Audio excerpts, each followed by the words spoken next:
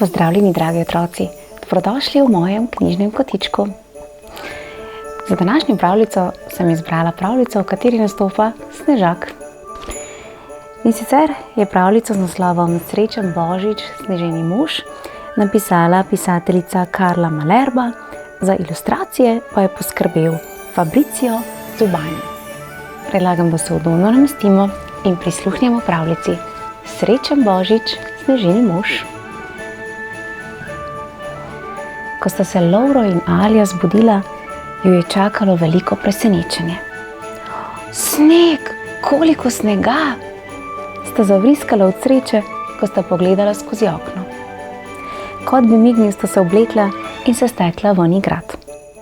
Ker so bile božične počitnice, jima ni bilo treba v šolo in tako sta lahko uživala v čaru zasneženega gozda. Ko sta se otroka nasankala, sta se lotila postavljanja sneženega moža. Najprej sta naredila zelo veliko snežino kroglo za trup in nato še drugo, malo manjšo, za glavo. Alja je potem Snežaku narisala usta in Lovro mu je prinesel 2 veji za roke. Zdaj sta brat in sestrica stekla domov, da poiščeta staro volneno kapo, 2 velika gumba za Snežakove oči in korenček za njegov nos. Pa še očetov šal za okrog vratu. Kako lep sneženi mož. In ko je pozneje sneženi mož ostal sam, se je pretegnil in se malo razgledal naokrog.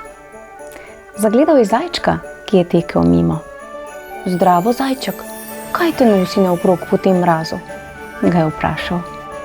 Lačen sem, ampak vsa polja so pod snegom, mu je plašno povedal zajček. Na, vzemi moj korenček, mu je rekel sneženi mož in mu dal svoj nos. Hvala, sneženi mož, se je zahvalil zajček in s korenčkom veselo tekel domov.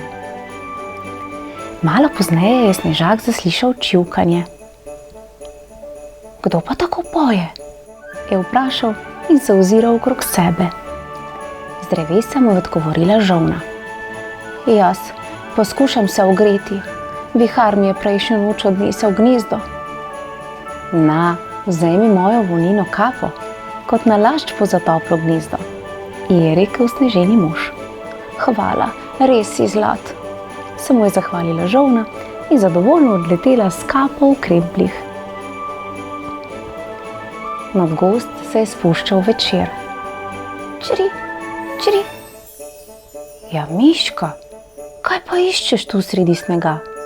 Je vprašal sneženi mož. Joj, moje otročičke strašno zebe.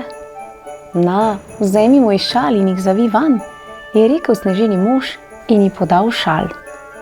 Hvala, res ga potrebujem, se mu je zahvalila Miška in stekla s šalom svojo luknjo.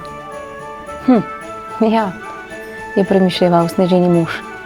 Takole brez nosu in kape pa res nisem več ravno lep Snežak. A ob misli, da je pomagal ubogim živalcem, je vseeno zadovoljno zaspal, ko je padla noč. Bila je posebna noč, noč pred Božičem. Sneženi mož je vdalec zaslišal kragulčke in se prebudil. Zagledal je Božičkove sani, kako se spuščajo preden.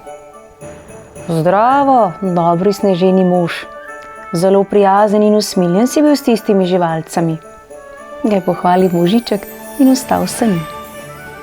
Za nagrado sem ti prinesel korenček in novo kapo, pa še lep šal. S temi besedami se je Božiček poslovil in odšel. Sneženi mož je bil srečen in je mirno spet zaspal. Zjutraj sta Lovro in Alja najprej odvila svoja darila, potem pa odšla na vrt. Debelo sta pogledala. Njun sneženi mož je bil veliko lepši kot prejšnji dan. Srečen Božič, sneženi mož.